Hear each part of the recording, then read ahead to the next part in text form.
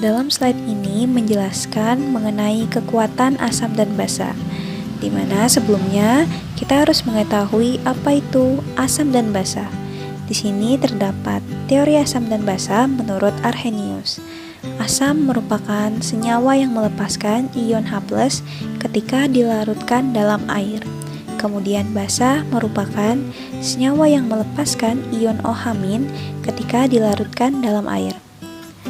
Hal ini, tingkat keasaman larutan tergantung pada konsentrasi ion H+ dan OH- yang dihasilkan, di mana semakin banyak ion H+ yang dihasilkan, maka suatu larutan akan bersifat semakin asam.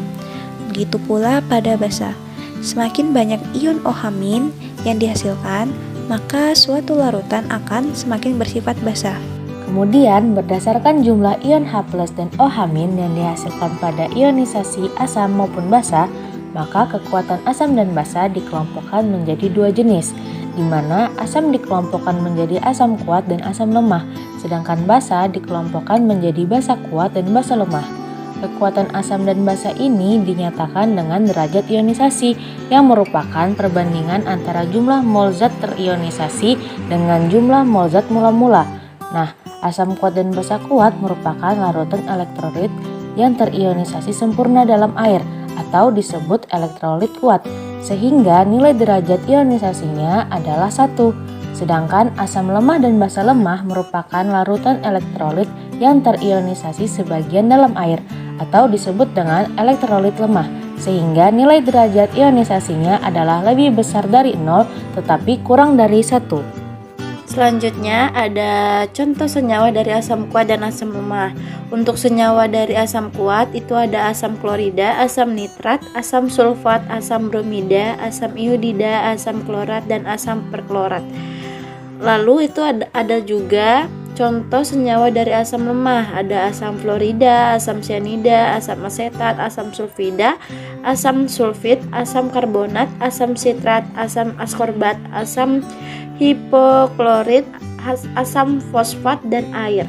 Selanjutnya terdapat contoh-contoh senyawa dari basa kuat dan basa lemah. Untuk basa kuat itu ada litium hidroksida, natrium hidroksida, kalium hidroksida, kalsium hidroksida, rubidium hidroksida, strontium hidroksida, cesium hidroksida, barium hidroksida, dan magnesium hidroksida. Sedangkan untuk basa lemahnya itu ada amonia, aluminium hidroksida, besi 2 hidroksida, dimetilamina, hidroksiamin, amonium hidroksida, dan besi 3 hidroksida. Selanjutnya kita akan membahas tentang pH. pH merupakan derajat keasaman larutan yang digunakan untuk menyatakan tingkat keasaman atau kebasaan oleh suatu larutan yang diperoleh dari hasil logaritma konsentrasi H+ atau OH-.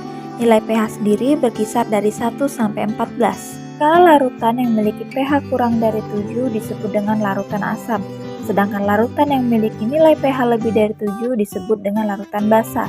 Untuk larutan yang memiliki pH tepat pada 7 maka tergolong ke dalam senyawa netral. Untuk larutan asam sendiri, semakin rendah nilai pH maka bersifat semakin asam, sedangkan untuk larutan basa semakin tinggi nilai pH maka bersifat semakin basa. Larutan terbagi menjadi larutan asam dan basa. Masing-masing itu dibagi menjadi kuat dan lemah. Asam kuat adalah senyawa asam yang akan terionisasi sempurna menjadi ion-ion dalam larutannya. Sedangkan asam lemah adalah senyawa asam yang hanya terionisasi sebagian menjadi ion-ion larutannya. Untuk basa kuat adalah senyawa basa yang akan terionisasi sempurna menjadi ion-ion dalam larutannya. Sedangkan basa lemah adalah senyawa basa yang hanya terionisasi menjadi ion-ion larutannya dalam bentuk sebagiannya.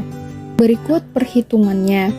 Untuk asam kuat itu didapatkan dari H+ sama dengan Ma atau molaritas asam dikali dengan A atau valensi asam.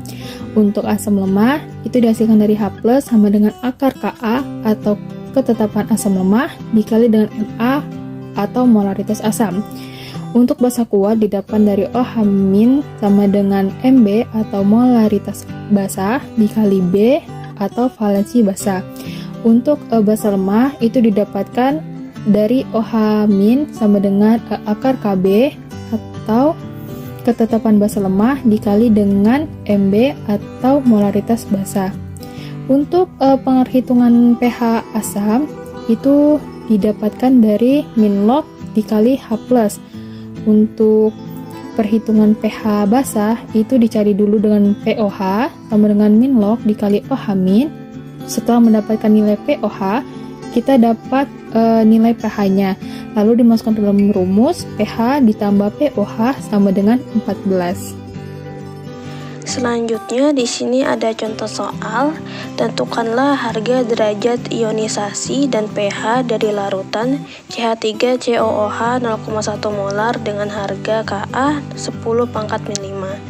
Jadi kita kumpulkan terlebih dahulu data-data yang diketahui, yaitu molaritas asam sebesar 0,1 atau bisa ditulis 1 kali 10⁻⁻⁴ dan nilai Ka yaitu 10⁻⁵. Dengan pertanyaan pH dan derajat ionisasi. Jadi langkah pertama itu kita menghitung derajat ionisasi terlebih dahulu dengan rumus akar Ka per Ma. Jadi kita masukin nilai Ka yaitu 10⁻⁵ dan nilai Ma yaitu 1 kali 10⁻⁴ sehingga didapatkan derajat ionisasi yaitu 10⁻². Selanjutnya kita mencari konsentrasi ion hidrogen dengan rumus akar Ka kali Ma. Jadi kita masukin lagi nilai Ka-nya yaitu 10⁻⁵ dan Ma-nya 0,1 sehingga didapatkan konsentrasi ion hidrogennya yaitu 10⁻⁵. Selanjutnya kita mencari nilai pH yaitu dengan rumus pH sama dengan min log H+.